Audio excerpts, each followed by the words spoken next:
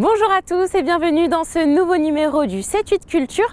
Aujourd'hui, nous sommes à la Maison de l'Environnement de Magny-les-Hameaux, lieu qui accueillera la finale du Tremplin des Voix. Voici le sommaire. Ils sont 18 chanteurs encore en lice. La finale du Tremplin des Voix se déroulera samedi 5 février à la Maison de l'Environnement à Magny-les-Hameaux. C'est la 7e édition de ce concours de chant ouvert à tous. On en parle avec le présentateur de ce rendez-vous.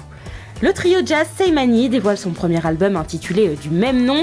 Il présente aussi le clip de la chanson She's Anywhere and Nowhere. Et enfin, du 2 au 15 février, c'est la 32e édition du festival Ciné Junior. Le Ciné 7 à Elancourt participe à l'événement. Salut Enzo.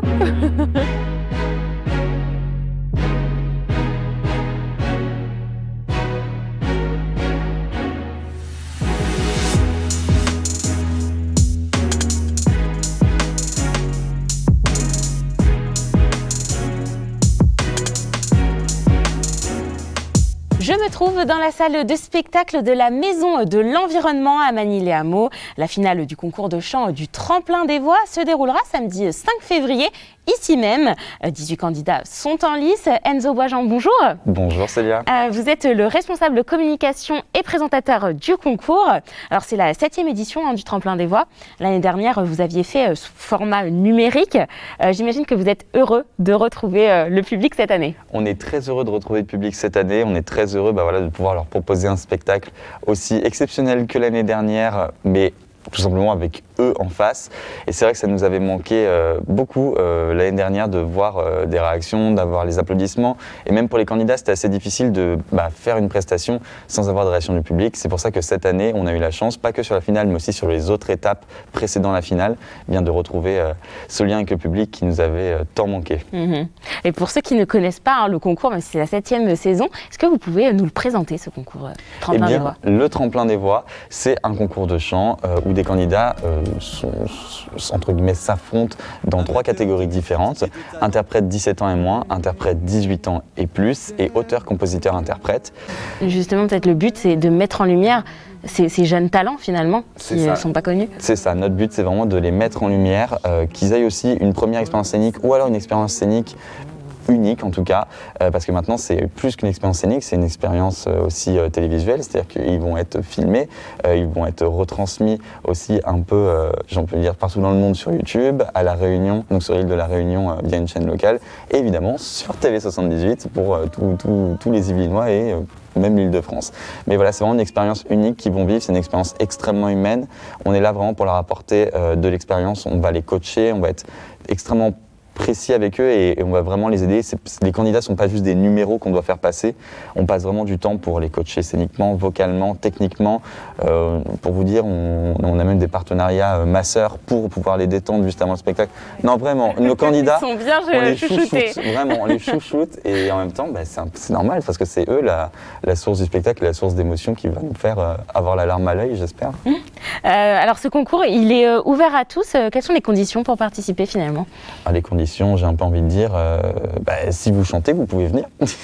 Alors en fait, les conditions, comme je l'ai dit, voilà, on va dire c'est de 9 à 99 ans. Donc on a vraiment des artistes qui vont toucher un public qui est extrêmement large parce qu'ils sont tous très différents. Cette année, on a reçu à peu près 250 inscriptions.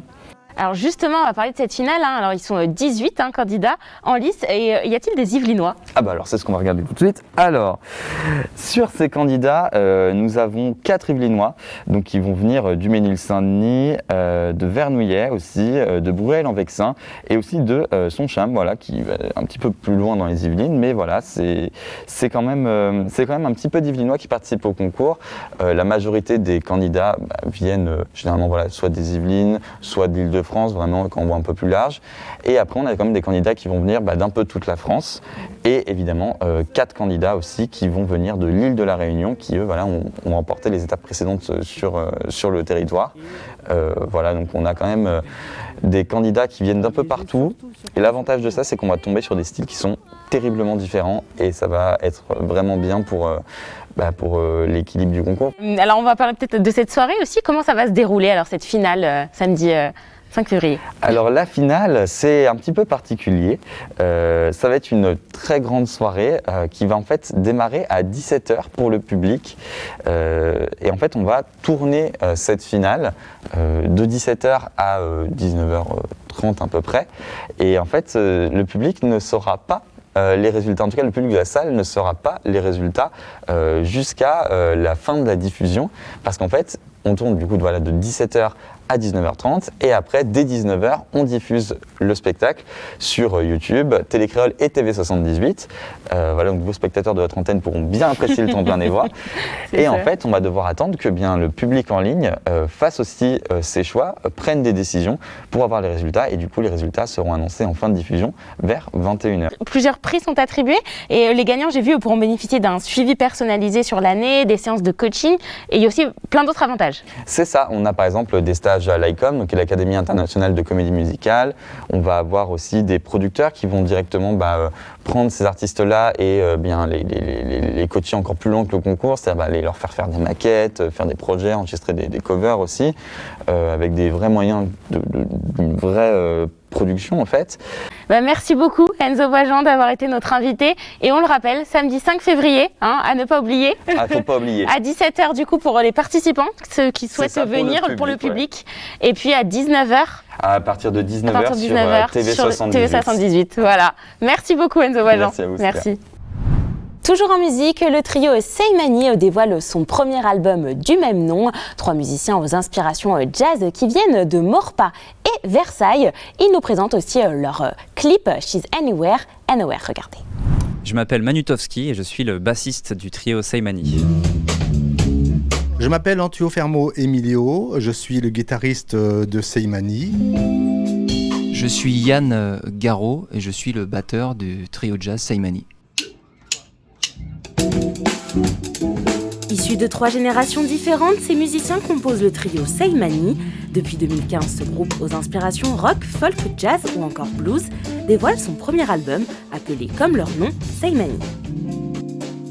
Chacun peut se retrouver dans la musique que j'écris. Ce n'est pas spécifique vraiment à un mouvement, mais à des multi-mouvements, je dirais, qui permettent justement une ouverture sur n'importe quel public.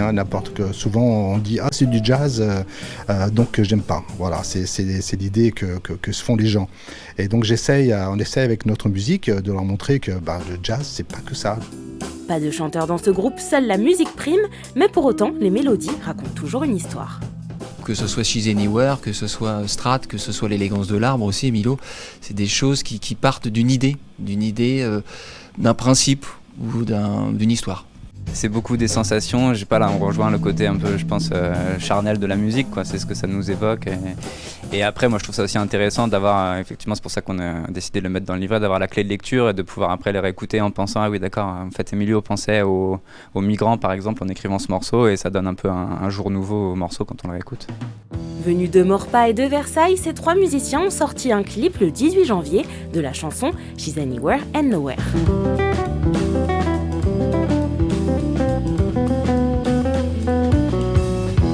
On a fait ce clip à Maurepas, à côté du bassin de la Courance, dans une belle campagne là-bas. Le trio Seimani se produira mardi 1er février au Sunset Sunside à Paris. Ils seront également en concert à Maurepas le vendredi 9 décembre 2022. Parlons cinéma à présent. Du 2 au 15 février, c'est la 32e édition du Festival Ciné Junior, un rendez-vous incontournable d'éducation à l'image pour les enfants. Cette année, il s'installera dans 3 villes, à Manille-les-Hameaux, Les Clés-sous-Bois ou encore Élancourt. C'est un festival qui existe depuis, je dirais, une quinzaine d'années en Val-de-Marne et qui s'est exporté hors les murs depuis, nous on le fait depuis 5 ans de mémoire. Donc c'est un gros festival qui est vraiment dédié au jeune public avec beaucoup de films, de programmation spécifique et puis beaucoup d'ateliers. Nous tous les ans on essaie de faire des ateliers. On passe The Kid de Charlie Chaplin, donc à voir ou à revoir avec les enfants. Et puis on aura ensuite une petite animation pour se mettre à la place du caméraman, du preneur de son, une espèce de petit jeu de rôle avec des cartes où les participants viennent refaire une scène du film.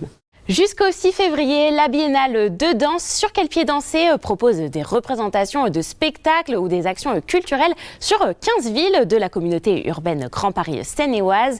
Hip-hop, modern jazz ou encore contemporain, tous les styles sont représentés. Vendredi 4 février, au théâtre Simone Signoret à Conflans-Sainte-Honorine, la compagnie Parterre présente À mon bel amour, un spectacle qui mélange danse hip-hop, contemporaine et classique. À l'Aqualude de Vermarine à Mantes-la-Jolie, le spectacle La mémoire de l'eau par la compagnie Pernet est à découvrir samedi 5 février. Représentation originale de la danse contemporaine aquatique. Et si vous alliez à la rencontre des animaux du roi, c'est le nom de l'exposition automne 2021 au château de Versailles. Il ne vous reste plus que 13 jours pour venir découvrir pas moins de 300 œuvres. Toutes ont un lien avec les animaux qui ont vécu dans la bâtisse royale. Voici l'animal préféré du roi Louis XIV, la poule sultane, un animal domestique présent au château de Versailles, une des nombreuses curiosités à découvrir durant l'exposition Les animaux du roi du 12 octobre au 13 février 2022, toute la faune présente au cœur de la cité royale sur différentes générations de Louis XIV à Louis XVI, en passant par Louis XV. On sent qu'il s'est passé quelque chose d'assez important dans la conception des animaux, de leur personne, le respect, l'attachement aux animaux. Véritable arche de Noé version Ancien Régime, cette exposition propose 300 œuvres, une rencontre avec les animaux qui ont participé à la vie du château de Versailles, à commencer par cette éléphante naturalisée de Louis XV, une réalité de l'époque à la ménagerie royale construite entre 1662 et 1664, aujourd'hui détruite. L'idée du roi, c'était d'avoir une ménagerie qui montrerait toutes les espèces les plus curieuses de la Terre. On avait évidemment les animaux les plus extravagants, ours, enfin tout ce qu'on pouvait réunir dans la ménagerie était présent. Et il y a eu des scènes fameuses de dissection, d'études de ces animaux, puisque l'esprit était très scientifique pendant tout l'Ancien Régime. Le lien avec l'animal, c'est aussi lors d'une activité traditionnelle du roi, la chasse à courre. La façon de gérer les meutes et les chiens de chasse, que ce soit de la chasse à tir ou la chasse à courre, et par exemple le fait de donner des noms à tous les chiens de chasse, qui est une nouveauté sous Louis XV. En fait, on ne les voit pas comme de simples outils qui servent à poursuivre le gibier. Ce sont des compagnons en fait dans l'exercice de ce loisir royal. À plumes ou à poil, les animaux sont aussi des symboles politiques, un moyen pour le roi de représenter son pouvoir absolu. Et c'est la fin de ce 7-8 Culture. Merci de nous avoir suivis. Rendez-vous la semaine prochaine dans un autre lieu culturel yvelinois. Bonne soirée sur TV78.